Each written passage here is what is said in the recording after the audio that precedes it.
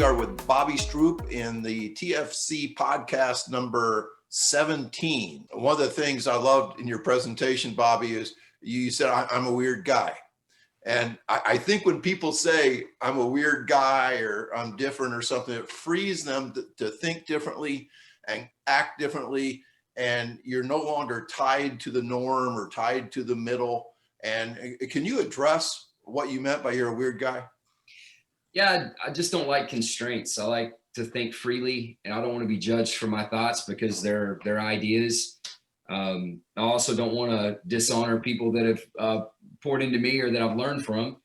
So just saying that I'm a weird guy. I mean, when I was in college and people were going to Padre, I went and interned with different doctors and therapists and coaches because for as long as I remember, I wanted to do this, whatever this is. So I think that's a little bit different of a thought process than most. And, you know, like Chris noticed, I kind of think of everything in Mega Man and Street Fighter metrics. So when I'm looking at people or evaluating things, I have all these like number attributes from 80s video games in my head. So I'm just kind of probably a unique thinker. It doesn't make it good or bad. I don't know what it means.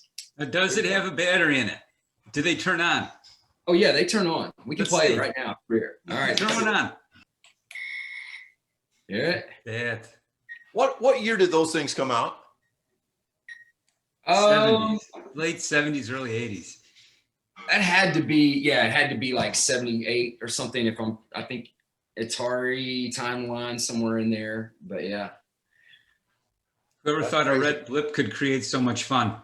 I know, right? It's just the most basic problem solving, and you got to have imagination to even, I guess, draw any correlation to football or basketball, but I don't know. I love it. Hey, I loved your story about your humble beginnings at Apec. You actually didn't call it Apec at the start. Do you want to talk about that a little bit? Yeah, it taught me a lot. You know, I think when you're a young coach, you probably attribute a whole lot more to what you're doing than the people around you. And, you know, quite honestly, I just had great coaches and mentors that put myself in a position to feel like I could go do something like that on my own.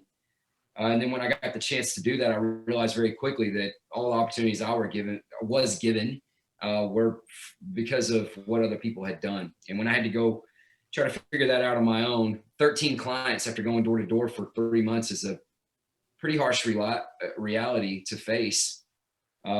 And then realizing you know nothing about business because you name your business after a car parts situation. It was just pretty humbling, and I've learned a lot and continue to learn a lot on a daily basis about those shortcomings. But you know, it wasn't easy. Glad we're here. We don't want to do that again, and I couldn't have done it without the people that I had around me. I love your logo because it has the lightning bolt in the A, which that's perfect. I appreciate that. I'm fascinated with I don't know why, but I'm fascinated now with programs for older adults, maybe because I'm going to turn 62 soon, but I'm also fascinated with how poorly the youth in this country are trained. And it's basically due to too much specialization, too much game playing, not enough true play in the backyard, all those things. So can you tell us about your leadoff program? Yeah. So first, you know, our basic philosophy to long-term athletic development, or whatever moniker you want to put on it, is movement literacy, right? So these are people before they're athletes, and we want them to explore their body and figure out what gifts God gave them individually. Really, it's exploratory to find out what is their signature uniqueness and make them move in as many ways as possible. So we gamify a lot. We have a curriculum that we're very serious about, but the athletes should never understand or know that. They should show up and play in our mind and do new things. And I get parents that are frustrated. It's like, why are my kids crawling? They're way more advanced than this. And my feedback to them is that no matter what level of advancement you think your kid is, they don't get to skip the stages of neurological development and tissue formation. So we've got a lot of things on a checklist that we believe in, and we kind of have a bio-banding situation where kids can graduate from level 1, level 2, level 3 to level 4. And I know that's a 30,000 foot view, but you know, we're not doing we're not going to do resisted sprints with those kids. We're not timing and doing different metrics and things. It's more or less, can you do this? Let's try this. How many of y'all can do this? Now let's play a game and see if we can see what you guys do with the skills you just learned. And I don't like for kids to come up and tell me I'm a tight end or I'm a point guard. So we kind of throw all that out the window. The games we play are sport agnostic. It's just skills that we feel like that we can build within the constructs of what they come for. Now, the most difficult part is handling the parents. It's a hard thing to deal with. Tell us about Patrick Mahomes when he was a fourth grader. You know, I could make up a story and lie about this, but I honestly don't remember. That's what I thought. He was just another kid, right? He's just a kid, and that's what's one of the best things about him. He's still a kid in a lot of ways, but you know, when you have those kids out there, you want to view them as people that they're going to live with that body the rest of their life, and we really put it as a priority, and we walk it like we talk it. And so all those kids have significant value to us, and it really is the heart of our mission. You know, mainly because my own personal experience was I was a kid that was the smallest kid, boy or girl. I was always picked last. And man, Apec was really born for that kid. You know, out of my own, like what could I have done for myself? So our whole team is kind of a reflection of that. And, you know, Patrick wasn't a standout in anything we did necessarily. I'm not disrespecting him, but until he got into middle school, we didn't really notice a lot of special things about him. I don't mean that disrespectfully again, but there was nothing that I'm just like, oh, you know, there's a mark, or we need to keep an eye on this. You know, and then people are always like, well, he's a pro athlete's kid. Well, let's make a list of the millions of pro athletes kids out there that never did anything. And then let's just get that off the table and quit acting like Patrick's success is a given for him. I saw a highlight tape once of Patrick playing basketball. Yep. And I described it as I grew up with Pete Maravich back in the late 60s and stuff. And he really played basketball like Pete Maravich. I mean, he was pretty amazing. So he must have started showing some special skills in high school. Is that right? He did. In basketball, arguably, if you ask people around this area, was his best sport from a standpoint of it was pretty obvious. Now, the disadvantage is Patrick's really borderline 6'2", so he wasn't going to go play NBA point guard. He doesn't have some of the physical traits you would want, but he most definitely plays the quarterback position like a point guard, in my opinion. And he pulls from a lot. What he does is he uses the tools that he has, and that's the way he played the game, much like Pistol Pete did, in that anticipation, reaction, understanding angles, understanding how to read body language of your opponent. Those are some athletic attributes that Patrick's nurtured and identified over time, and he utilized. And you're exactly right. You're on par with that, and that that is the way he played the game of basketball. In my opinion, he plays the game of football that way. Was he a baseball player too? Of course, he was a baseball player. His dad was a pitcher. And, you know, when you go back and look, you'll see people throw up videos of him like hitting a home run when he's a little kid, or making a throw, or maybe making a half-court shot when he's a little guy. But nobody's going to show you film of him outrunning anyone or out jumping anyone or doing any things that we say good athletes do. And that was kind of the thing. It was, hey, here's a kid that's got some skills, but he's not a good athlete, which I think is such a ridiculous statement to make. And we just felt that there's so many things you can work on athletically. Speed can't be defined into a measurement between just two distances. You know, the archaic meaning of speed is to improve the value or to just make it better, right? It's not necessarily this thing that we've kind of put in the corner in a box, right? And he's got speed. It just doesn't look like everyone else's speed. Now, before I turn it over to Chris, I think a lot of times I hear people say, well, Jerry Rice was 4'6". It's crazy how people are defined by maybe one time that they ran on one day. It's just a snapshot of where they were. And I've always contested that, saying that Jerry Rice was faster than hell. And I mean, to ever argue that somehow slow is better than fast because Jerry Rice ran a 460, I think is wrong. Now you bring up the fact that Patrick ran a 4.80 in the combine. Tell us why he should not be defined speed-wise by that 4.80. Well, a lot of reasons, but the main reason is that it wasn't our priority during the NFL combine process. And the reason is because the question marks the NFL had for Patrick weren't that if he demonstrated that his athleticism on the field, because he did. It was, can he learn an NFL playbook? Can he articulate NFL concepts, anticipate what defenses are doing, and can he clean up some things with his footwork and throwing motion? Well, what a lot of people don't know is that Patrick had surgery right after his last game on his wrist, and it was pretty intense on his non-throwing hand. And he had some shoulder injury. He had double AC joint separation, which is very painful. And so our priority was let's get him to match up with a retired NFL offensive coordinator that can hold him accountable and teach him some things. Well, that guy's in San Diego, and he wasn't coming back. He wasn't going to go anywhere else. Like, he didn't have to.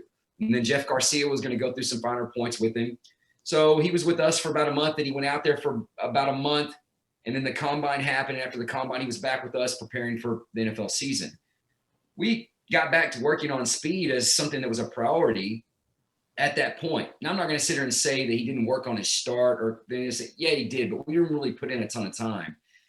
Now, since then, speed has been a key performance indicator for him and a metric that we do monitor and he does compete at. So at this point, last offseason, I saw him beat guys that ran 4.5 at the combine. And these are guys that I trained to prepare for the combine. So I know what they did and then how they timed at the combine. And I see Patrick beat them in offseason workouts. So I know what he's capable of running and who he is. So he should not be defined as a 4.8 guy. No, and the 4.8 guys don't run 20 miles an hour on the field. And I get NFL Next Gen stats, and I know he hits 20 miles an hour. Wow. You can't run a 4.8. You're not going to run a 4.8 and hit 20 miles an hour. Yeah, because if you can run 20 on the field, you can run 22 on a track in spikes. And if you can run 22, you're running 4.4-ish, 4.5. I agree. And Patrick's never really running in a straight line either. So if you're hitting 20 miles an hour in the way that he likes to move, I think people need to quit disrespecting his athletic ability or whatever they want to call it. You call it whatever you want. He runs away from people and he decides how he uses speed as a tool to solve problems out there. And he can use it because he's got it. Chris, I'm sorry I hogged the show so far. We got a bunch of questions up on the Q&A. In the presentation, you showed that Kelsey MB medicine ball throw is lighter, with lighter ball moving slower than Mahomes with a heavier ball. What are the key limiting factors Kelsey has that don't allow the same expression of power with medicine ball? Is it a process with throws, sprints, jumps, and Mahomes just has more of it over time with you?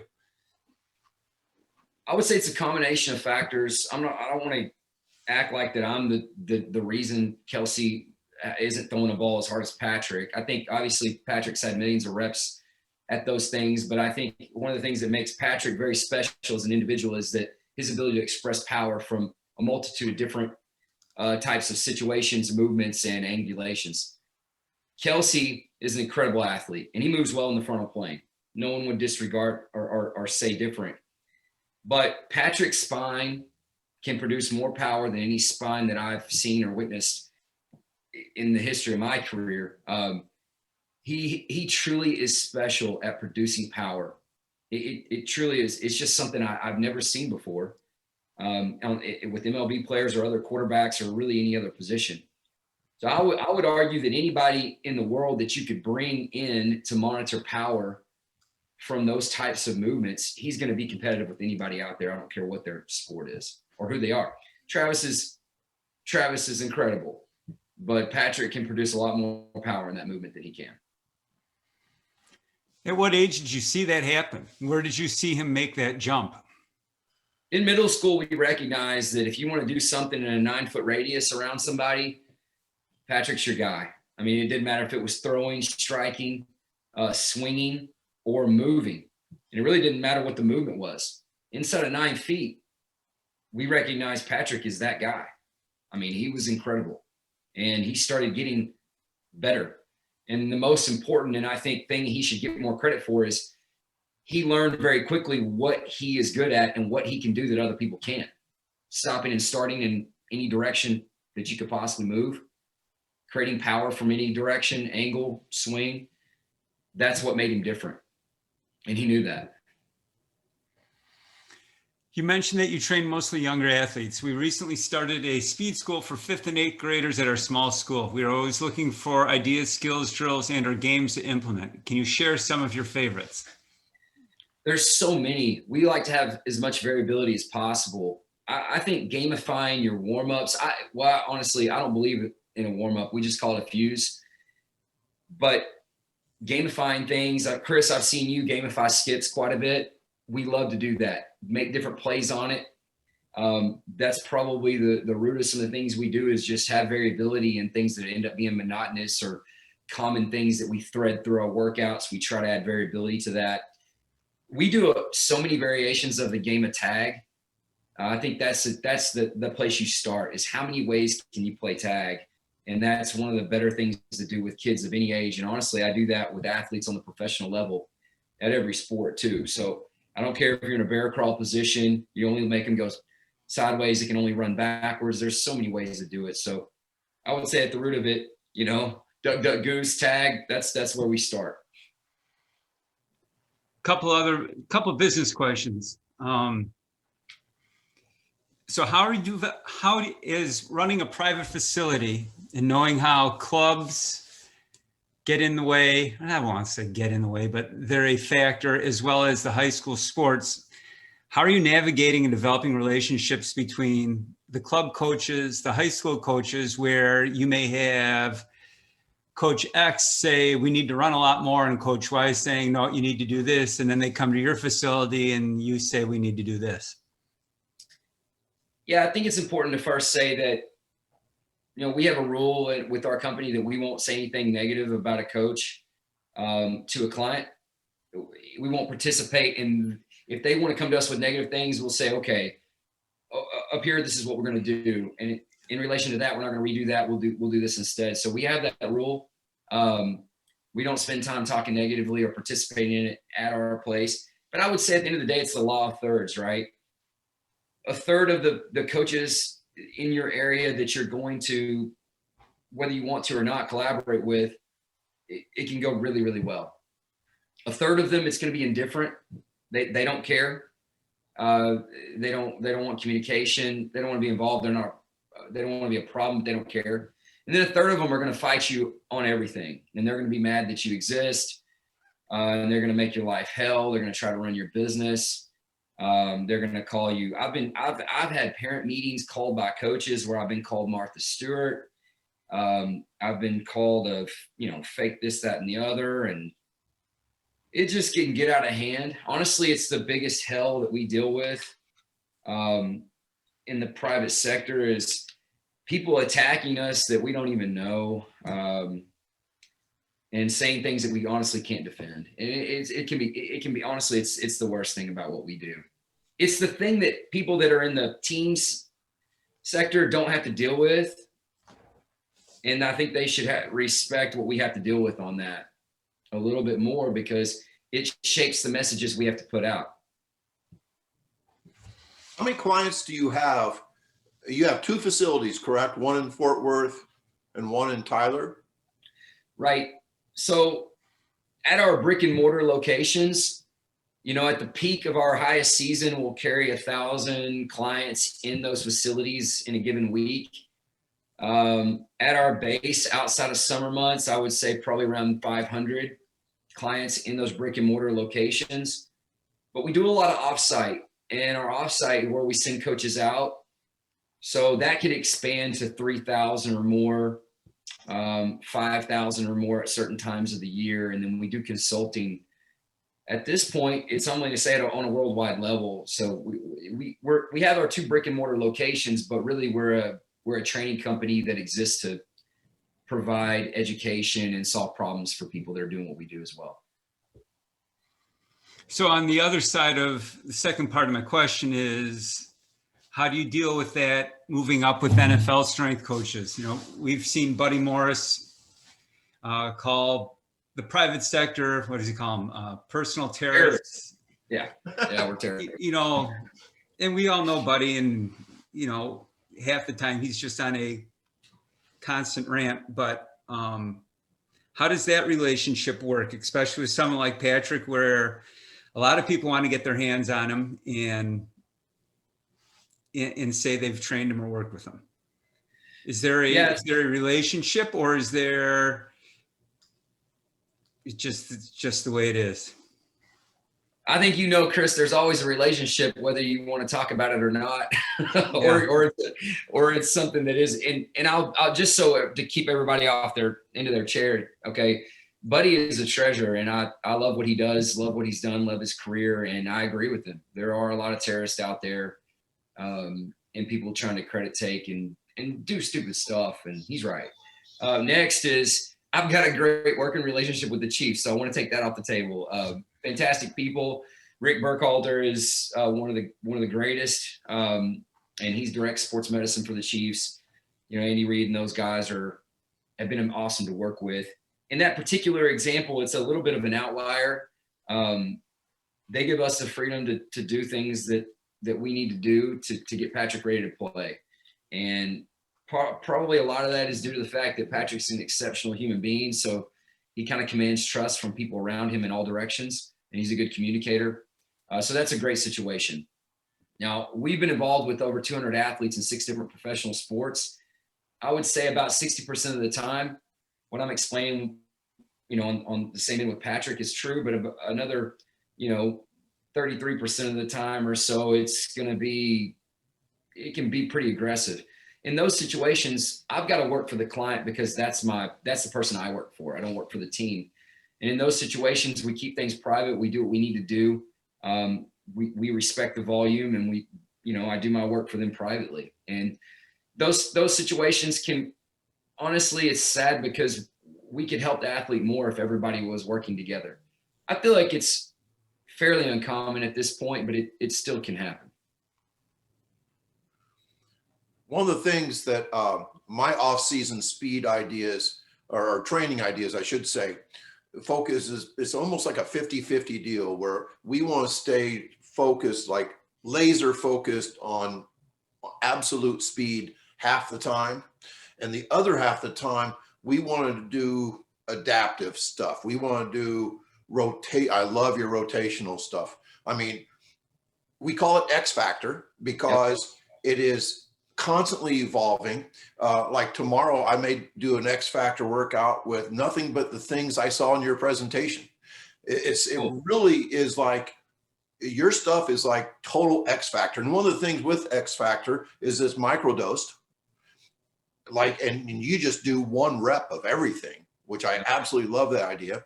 And I think that the saying that I say all the time, it's always in my head, don't burn the steak. In other words, we are not trying to get tired. Tired is the enemy, not the goal. We never want to let today ruin tomorrow. And so those concepts that you do, to me, it's like, I need to come out and visit you because you're like an X Factor machine. That's all the stuff you do. And the stuff you do this month won't be the same exact stuff as you'll do 6 months from now, because you'll learn more stuff. Is that correct? That's correct. I mean, I feel like the slow cooking analogy it makes sense. I mean, for us, look, I didn't get this sloppy 40-year-old dad bod from what I did last week. Okay. This is a summation of a life of choices. And we look at training the same way. We want our athletes to kind of be a summary of what we've done leading up to this point at all points. So we love one set, sometimes 1 rep, because of the psychological ramifications of that and the comfort in those situations. And also we found that it brings the athletes to more of a primal state, and we get more velocity and we get more power. And when you put a competitor and someone that you need to thrive in those situations in that training environment, we've seen nothing but positive things happen. And there's really no carryover. If you need to work speed the next day, you're going to be fine. And you should be optimized. It should be a potentiation effect. And we've just had a heck of a lot of fun with it, to be honest. Not only do you say that we don't want today to ruin tomorrow, use the word potentiation and optimization where you want tomorrow's workout to be amazing. So not only are you trying not to burn the steak, but you are trying to really undercook it so that you can cook it again the next day. Is that correct? That's correct, because one thing's, and this is I'm going to get nerdy, but if you look at movements in the game, they're actually slower than the movements that I want to do in the days leading up to that. I want to expose them to speeds that are going to be much faster than what they actually need to access in the game, because I want the neurological system to feel comfortable going beyond what is necessary in competition, because then I feel like power is going to be optimized in that margin in which they do need it. So for instance, throwing a football, football has weight. You've got the constructs of the problem you're having to solve. You've got to make a throw that is catchable. So it's going to be slower than if I take a towel and say in 15 seconds, you're going to get as many as you can in a complete throwing motion. Or I want you to set and solve a problem with a different arm slot every time in 30 seconds. That's going to be much faster. So if that's going to elicit a faster release time from his decision to ball being out, that's what I want. Same thing with speed. It's just like isolating a section of a sprint instead of running a full 60. I'm trying to get his fastest so that I see his fastest when he actually needs it. And you are truly, the word conditioning is such BS, because to most people, conditioning means doing a ton of volume, a ton of fatigue, so that you can play an entire game. But you are, right. I always say you should train at 100 miles an hour to play 80 miles an hour in a game. And so you are truly trying to hit higher game speeds. And that is truly the correct way to condition an athlete to play fast in the game. I think so. I mean, I feel certainly in the days leading up to the game. The day after the game, I mean, there's value in the aerobic system being conditioned, but you don't have to condition the aerobic system for that to happen. I mean, look, the value of the aerobic system in team sports is that your neurons stay hot. If your neurons stay hot, your communication's better.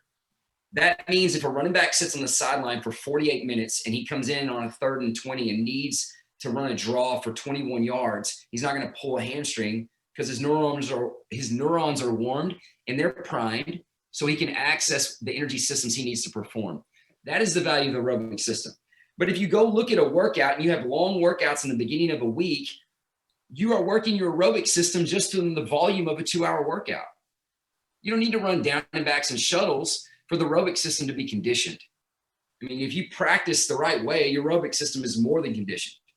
I mean, if these guys are, look, I mean, if they're eating 7 bags of Doritos and taking drags off whatever, they're going to be deconditioned. But that doesn't mean you need to run more gassers. So a lot of people we have a lot of younger coaches that are starting their careers, and some may want to get to the point where you're at, where you have 2 beautiful facilities. So what are 3 cornerstones that they can build off of to kind of get to the point where you're at? Oh, I don't think anybody should want to get to the point where I'm at. I think how many people can put Brad Pitt in the corner of their PowerPoint and get away with that? How come you didn't have Meet Joe Black in there? That was a great movie. Well, because I can't look like that at all, not any simulants or even a joke. So I was worried, man, because I have this sense of humor, and I was like, this is like the biggest flop ever. I thought it was funny, so I did it for me, but whatever. I thought it was funny too. It's just, I'm like, River Runs Through It. How come you didn't have River Runs Through It in there? I love it. I just didn't, I was trying to think quick, I was trying to think of wild characters that are kind of funny, but I shouldn't have left those 2 characters out. You're right. I shouldn't have. But I just, look, everybody's got their own journey. I didn't arrive at this with some kind of roadmap. Okay. I never had a goal of working with a pro athlete ever. That was never what I wanted to do. I wanted to help the kid that was me when I was young. That's it. That's what I wanted to do. And we got here through a lot of blessings. And I would say this, work on what's in front of you. Okay. I did a talk one time on 15 lessons failing forward in the private sector, and I could probably make that available. But, look, you got to work with what's right in front of your face. Everything that you have the opportunity to work with, you've got to value as much as someone perceives that I value working with Patrick. Anybody that knows me and has been in our space knows that the same energy and passion and need to help people, everybody in our company has that same thing from the top down and the bottom up. It's a real thing. If you don't do that, you'll never get to what you think you want to get to. When you start a business in Tyler, Texas, you can't, you can't tell people will commit you if you tell them you want to create a worldwide, training power or whatever you want to call it. Like, that's ridiculous. You can't have stupid goals like that. You got to help people where they're at. You got to improve their lives to the field of human performance, and you got to protect futures of the people you care about. And that's really what we just stick to. That's our totem, right? And at this point, we've ended up being given some opportunities. And I'm a gambling man, okay? So anytime I've gotten money, I throw it all down on the table and bet red or black. We haven't missed yet. At some point we will, but I wouldn't be setting goals on what I'm doing. And last thing, I'm worth more dead than alive, okay? I've got 3 life insurance policies because the bank made me. So don't set your goals as to what I'm doing. That's a foolish thing to do. You talk a lot about feet, and I would love to get you in a room with Chris Corfist and Dan Fichter, who are both also obsessed with feet, and just video the entire discussion, and it would be brilliant. And for the average athlete, they live their life in coffin shoes, that make their feet go dead, that you ruin all tactile sensation. But you train the feet constantly. Is that correct? Yeah, I would say at least 4 days a week, there's going to be footwork for every athlete, in season or off season. Everything starts in the foot. Every transformational zone, every process from a tissue and neurological standpoint. So if you play the sport standing up and you have issues in your feet, the issues will not stop there. So we've got to get everybody to their ground zero as much as possible. And dealing with a lot of athletes at, NBA and Major League Baseball and NFL, and the cleats are terrible. They can really teach you that you don't need your feet. And then you all of a sudden start having this little nagging tendinosis issue, or, you've got this hip or lower back pain. And I'd say at least 9 times out of 10, and I'd be interested to hear what Chris says, it starts in the foot and the ankle, 9 times out of 10. I would agree that everything's a response to 3 times your body weight falling on a leg that's got a whole bunch of bones, very small bones that aren't meant to take a whole lot of force, but somehow they do. And I agree completely with spikes. I think spikes are a major factor in injuries, especially spike placement, where the cleats are aligned to someone's foot, because Nike or Under Armour, whoever, they mold one set of spikes, right? But everyone's got a different shaped foot.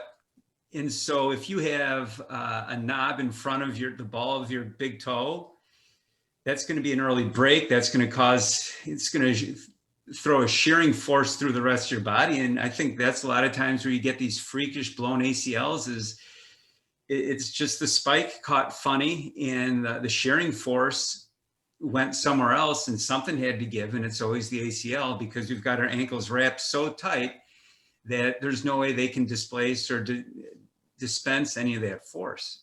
And kids buy shoes, and Nike comes up with new models every year that everyone has to have, and people don't understand the economics of mass producing shoes, that they're going to put an air pocket inside of a shoe, because if you add up all the money for the thousands of shoes that they use or make, and the foam that takes up that spot, they're actually making a fortune. And they say air cushions, air is the softest thing.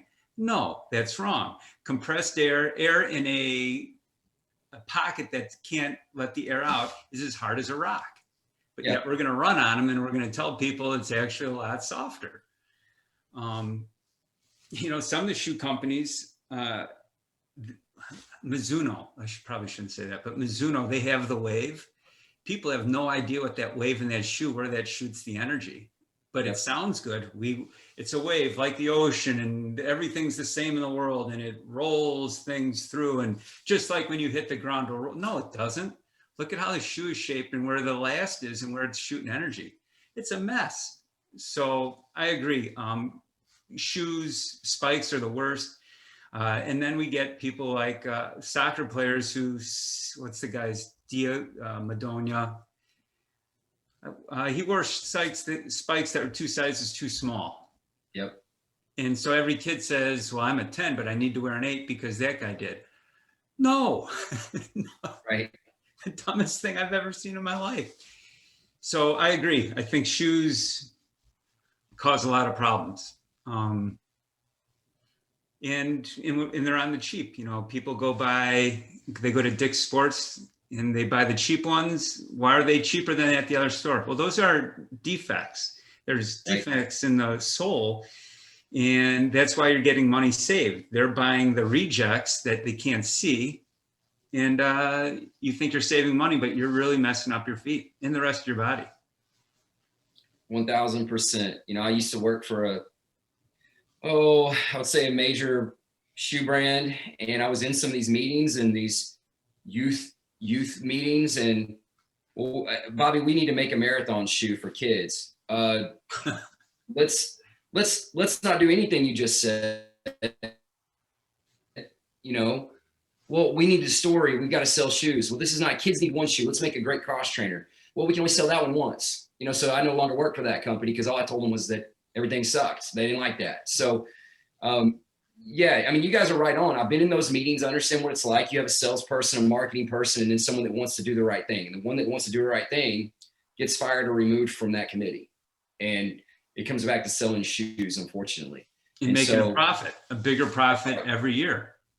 And so trying to get a kid, or, you know, the target is usually females, trying to get them to have 6 pair of shoes in their closet is the priority over what they really need, which is just something that keeps them safe from the ground and it's flat and wide, basically. But anyway, yes, we do need to do that conversation, Chris. Let's do that. What are some recommendations for track athletes when choosing spikes? Are there any spikes you recommend? You know, that's out of my scope. I think it depends on, you know, I love carbon fiber for performance reasons, but I think it just depends. What's your event? I don't know your technique or how you utilize the foot when it hits the ground. I think those things are going to be best advised by your coaches, but make that decision consciously and understand what your forces going into that material are going to do coming back up out of that material and the relationship with your foot and the surface that you run on. Different tracks, different spikes are better. I love carbon fiber if it's legal wherever you run. I would certainly recommend you do that as long as you don't have a ton of dysfunctional patterns. So maybe just completely erase what I just said because you might not need it.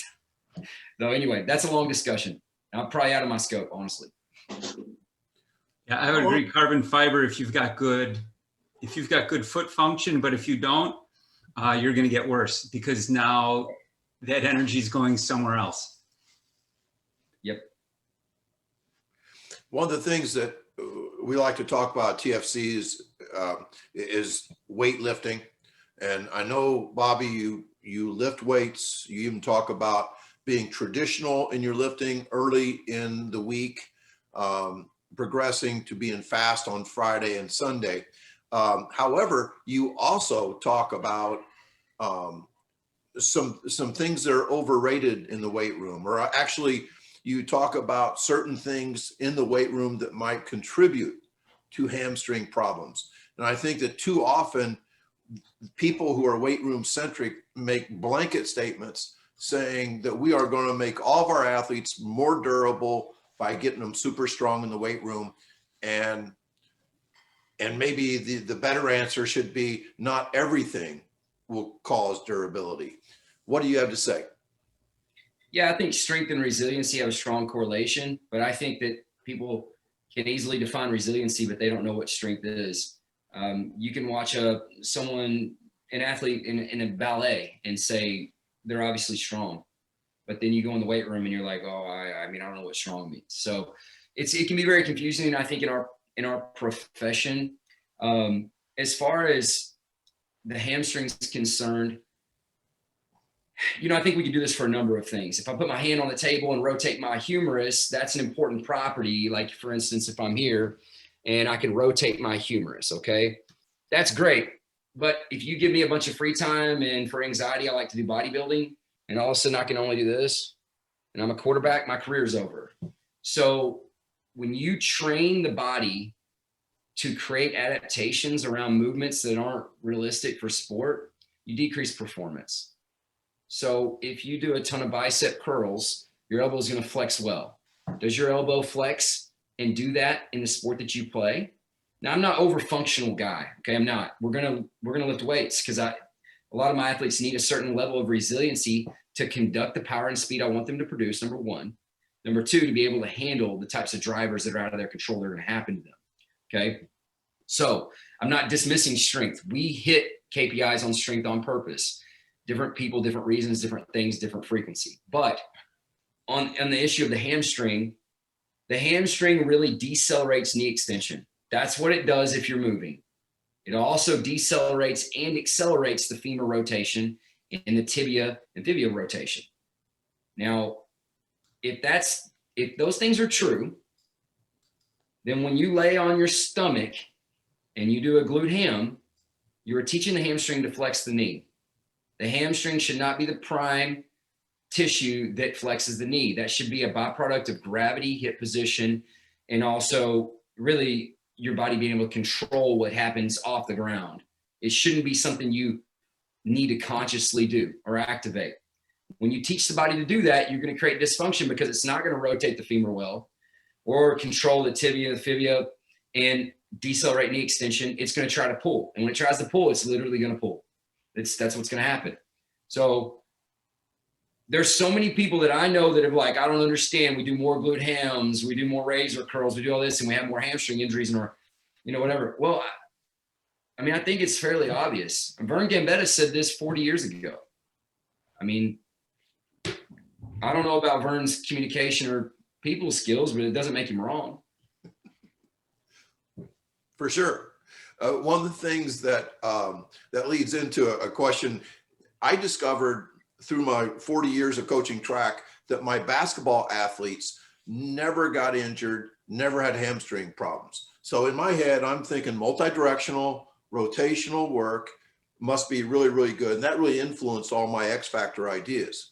And then I also was at a clinic about 10 years ago and listened to one of the great sprint coaches from Jamaica speak. And I asked him the question, what do you do for hamstrings?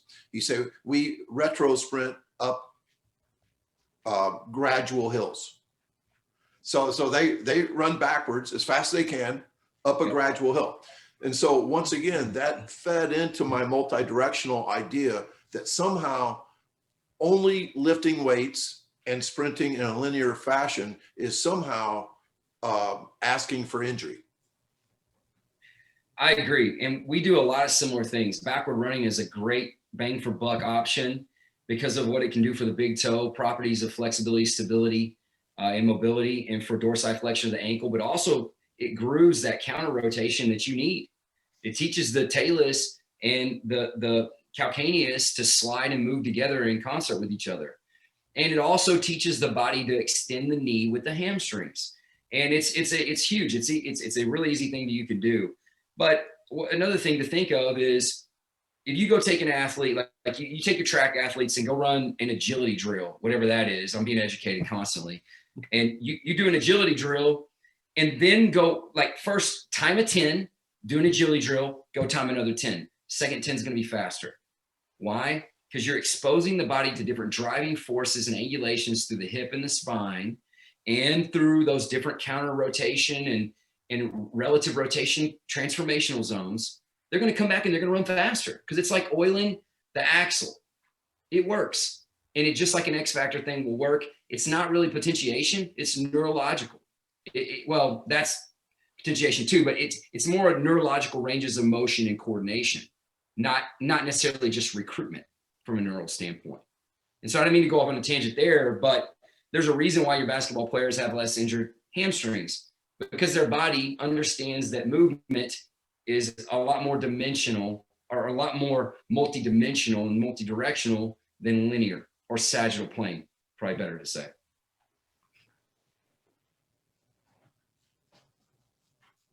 There's a question up on the Q&A. Could you describe the process of locomotion pattern variations you use and how or why you apply those over a session or a season?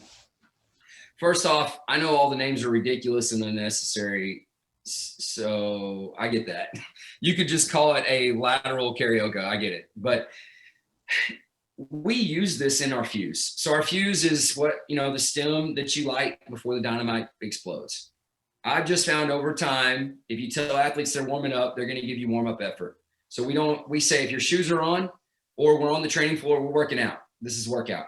So a lot of times the very first thing we do is locomotion. They're going to move forward and backward without stopping. I literally give them instruction as it's going. So they're moving forward and backward at a certain time. I say, okay, weave like a snake. Okay, now we're going to do alternating shuffles. Okay, now you're going to turn and slide, drag the ground with your hands. Okay, forward karaoke, backward karaoke, and then I'll just keep going and challenge them. It shouldn't last longer than 2.5, 3, 4 minutes, but you're going to find a pattern they can't do, and then when they can't do it, I move to my dynamic stretches and we move on. So it's a way to get blood flow in some areas you need some nutrient-rich attention. It's a good way to get the mental cobwebs out before you do what you need to do. It's a great way to get the body moving in patterns that they think is boring doing in a static position. There's really no wrong way to use it, in my opinion. We use the heck out of it before workouts, after workouts, in the middle of workouts, as a filler, whatever. We use it. How many of your professional athletes use RPR? We were late onto the RPR wagon. All of our Major League Baseball athletes use it.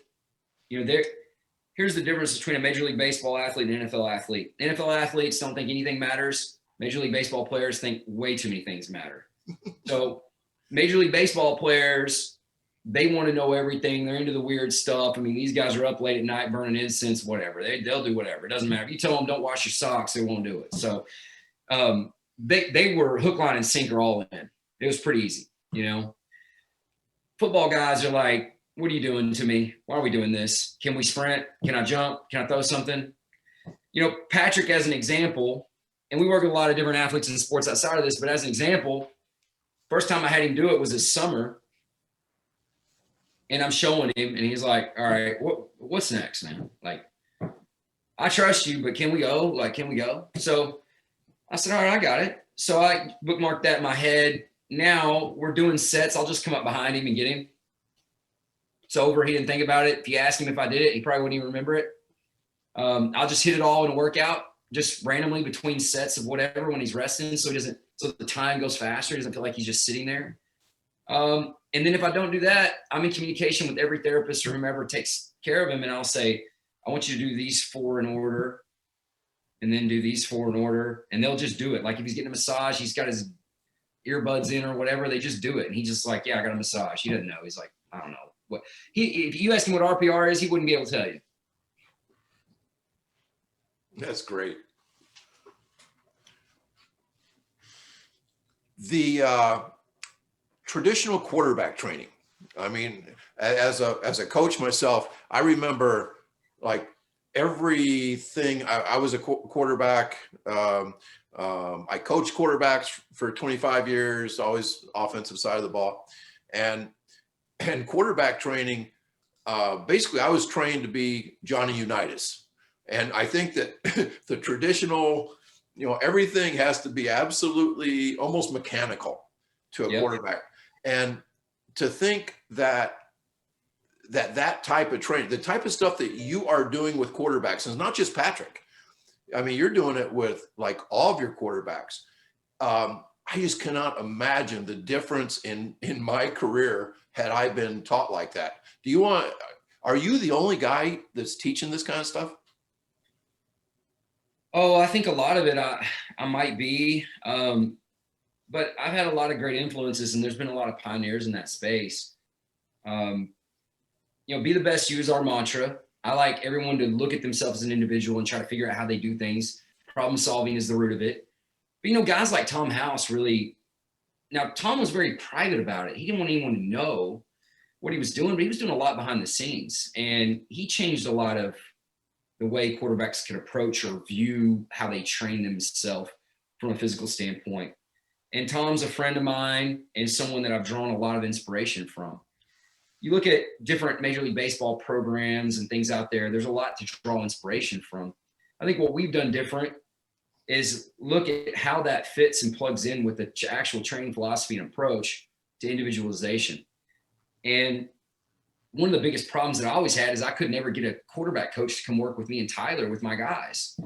And it's like, well, all they got is me. Well, that's a pretty big problem for them. So I'm thinking, okay, I can't coach them on how to play quarterback, but I can try to do some things that might make them better at quarterback. I know that sounds really stupid to verbalize that, but that's exactly what my thought process was, is how can I ride that, walk that line? And what we found is that our guys were doing some things that were they were happening frequently. And quarterback coaches would be like, oh, we can't run an offense with them doing all this stuff. And that's flukish. And I'm like, if it's flukish, how come all 28 of our quarterbacks this year, regardless of their 40-time vertical weight room numbers, are literally all making plays like this? Like, why? Started drawing correlations, trying to get rid of things we don't think had anything to do with it and doing more of what we thought did have to do with it.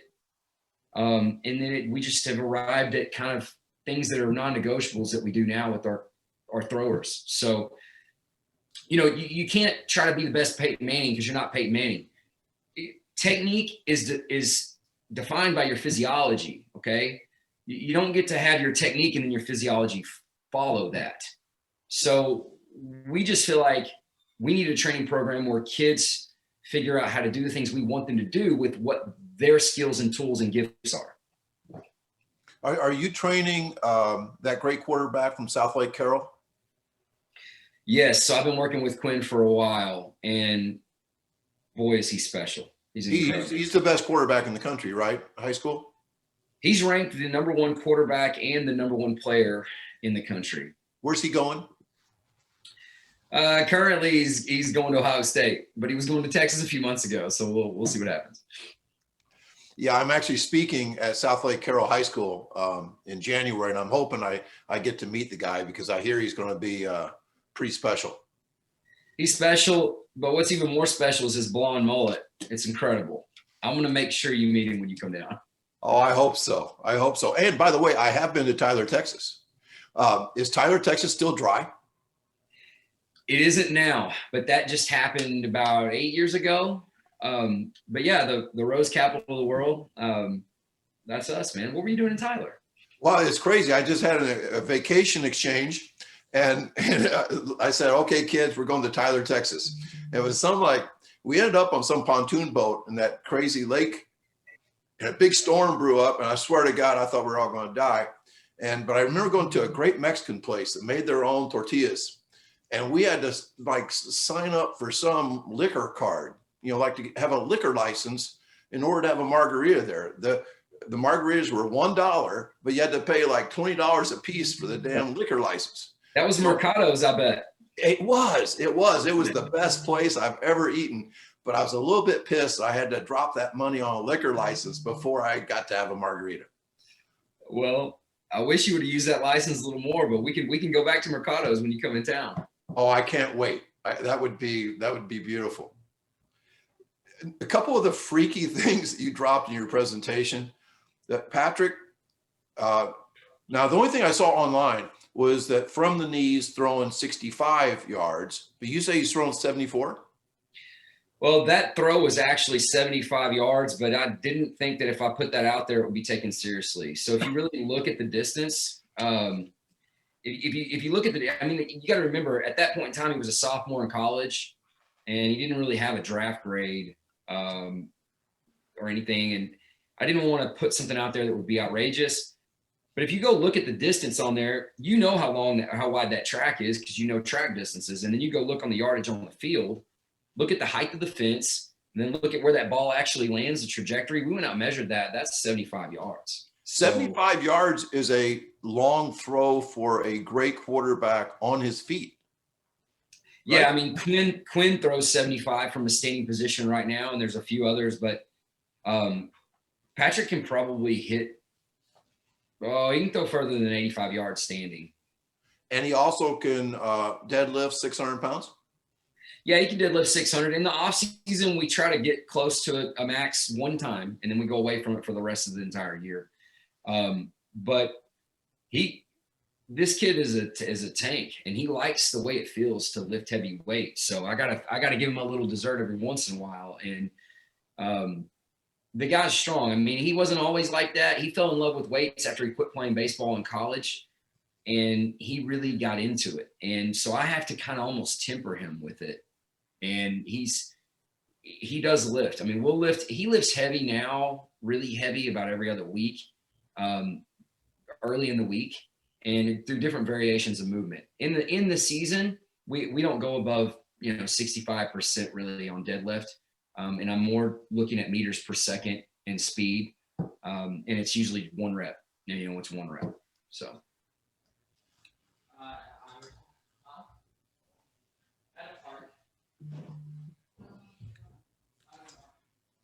Chris, did you have something? No, I'm good. I'm trying to figure out what my children are doing. They're supposed to be cleaning the house and they're doing something else. That's good. I just have a lot of stuff. I don't want to hog it. Oh, go ahead. Okay. I don't know if you saw Cal Dietz's presentation, but he showed the owl, where he turned the owl in all direction and the eyes and head stayed right there. It's just an amazing reminder of the rotational abilities that we have. And then you showed Patrick doing like a 180 lunge where he turned his head all the way around just like an owl. And you also mentioned how no matter how crazy his body is, how his head stays still and his off arm stays still. Can you elaborate on that? Yes. So I did watch Cal's presentation, and that effect is exactly what we want from our throwers, pitchers or quarterbacks or javelin. I don't care who it is. Well, not javelin necessarily because they don't have a target, but you want your head still and you want your front side arm still. That's going to create a pendulum effect. So in my mind, there's 2 types of rotation. There's real rotation, so how you can actually rotate and move, and there's relative rotation. These have a relationship, but they're not the same. The relative rotation is how well your body rotates around a tissue or a joint or just a bookmarked place. And we want our quarterbacks and throwers to have the highest level of relative rotation possible. It's just like if you play tetherball, it's all moving, everything's good and great. But when that rope catches, that's when the velocity happens. Think of your ability to stay still and allow for that relative rotation phenomenon to happen as when the rope on a tetherball game catches. That's when things should speed up around you. And really, when you stop, that's when everything else speeds up. So you want the guys to extend out in front. You want them to finish. And that's one of the best ways to get guys to finish. You start moving your head. You watch a thrower that's inaccurate. Watch them do this. Watch them do this. Watch them do this, this, this. And if they're going to do it different with every throw, that's why they never know where their throw is going. And that's a problem. So a lot of the no-look passing concepts come from him just deciding, this is where I'm going to hold still. My vision is going to continue to read what's happening, and I'm going to throw that thing here. But that's his best attempt at keeping still, not necessarily not looking. Because it's not truly a no look. He is looking. He's just not turning. Those are 2 different things. With as funky as Patrick is and as different as he is, have any of his coaches tried to put him in a box?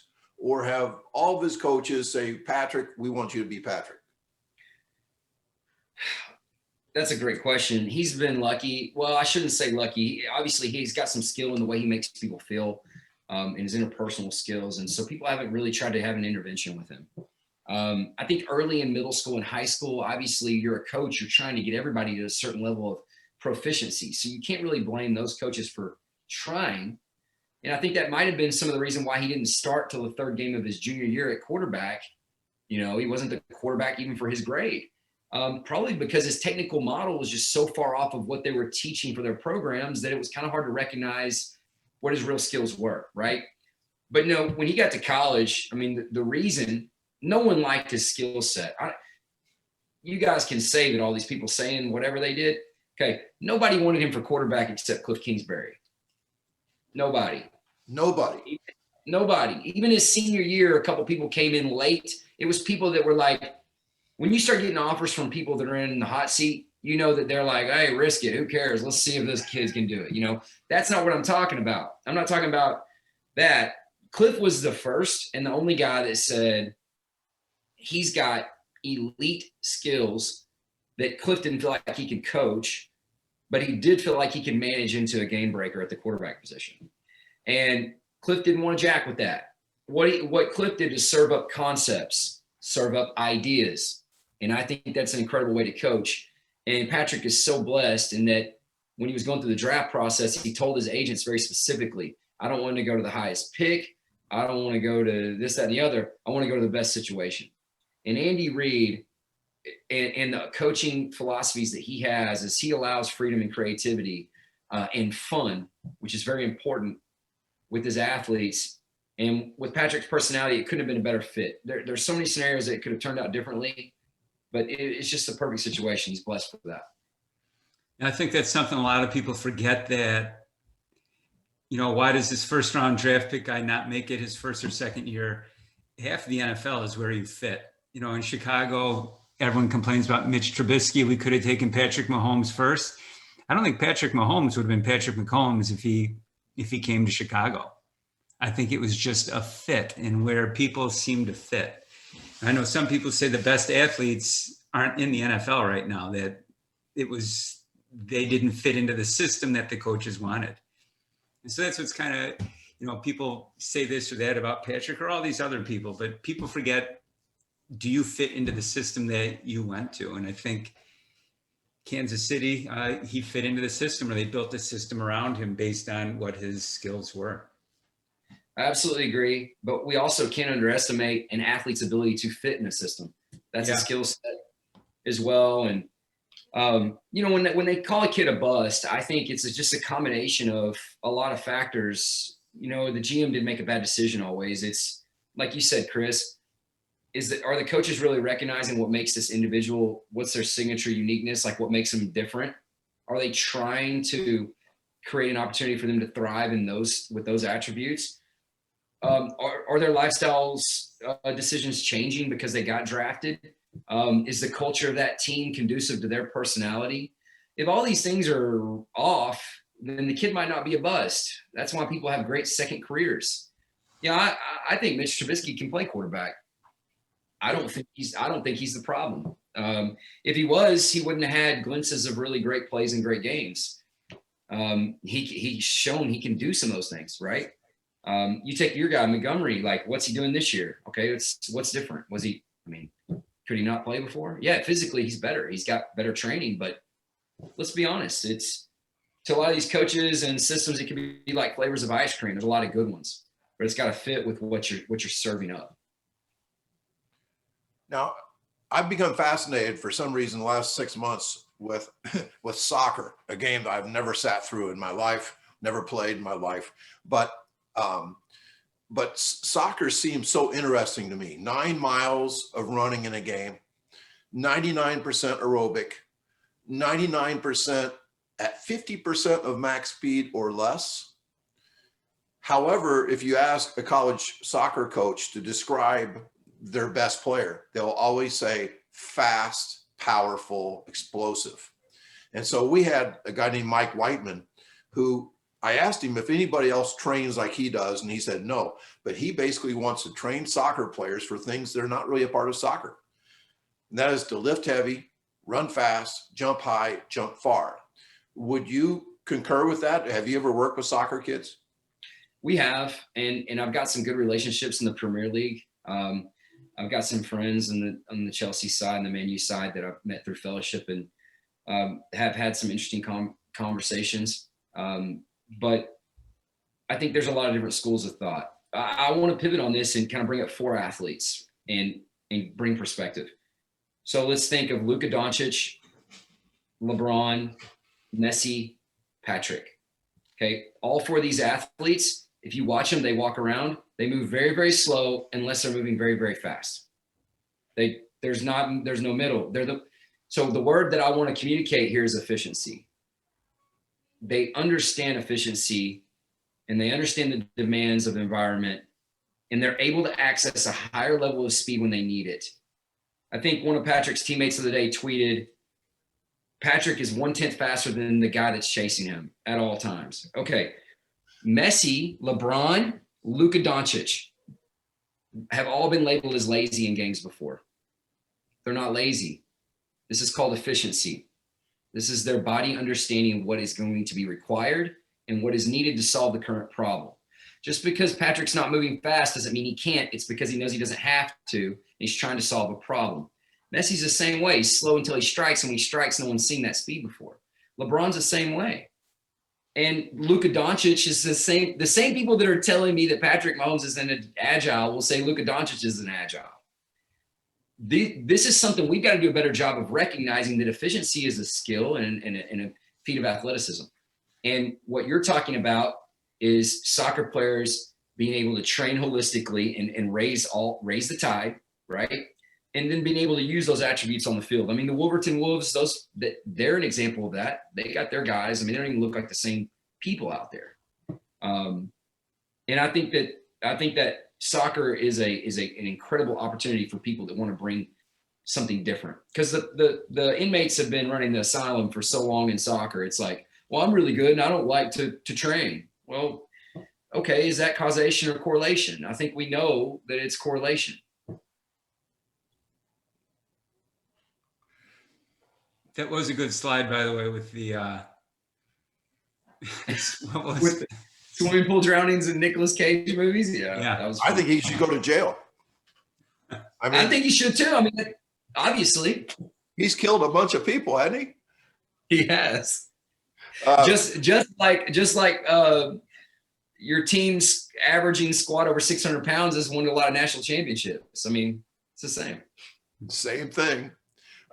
You talk about tradition, and I love talking about tradition, and I can pivot a little bit to the idea of process, where coaches are constantly saying, trust the process to me, which means the process it cannot really be justified or explained very well.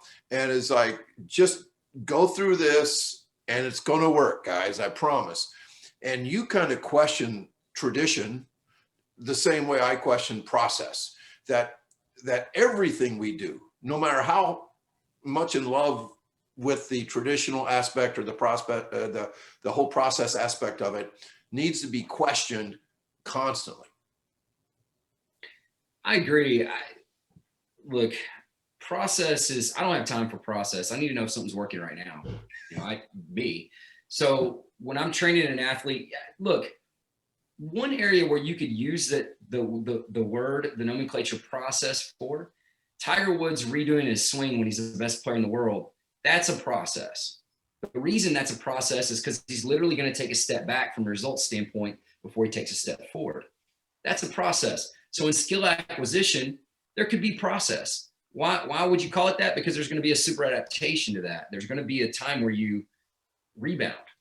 In training, we don't have to have that all the time in order to get gains. So I don't need a process. I tell my coaches that work for me, I tell my team, I tell my people, I'm like, this is not a process thing. They should be better at this today. If they're not better at this today, the training session sucked. Like that's my expectations.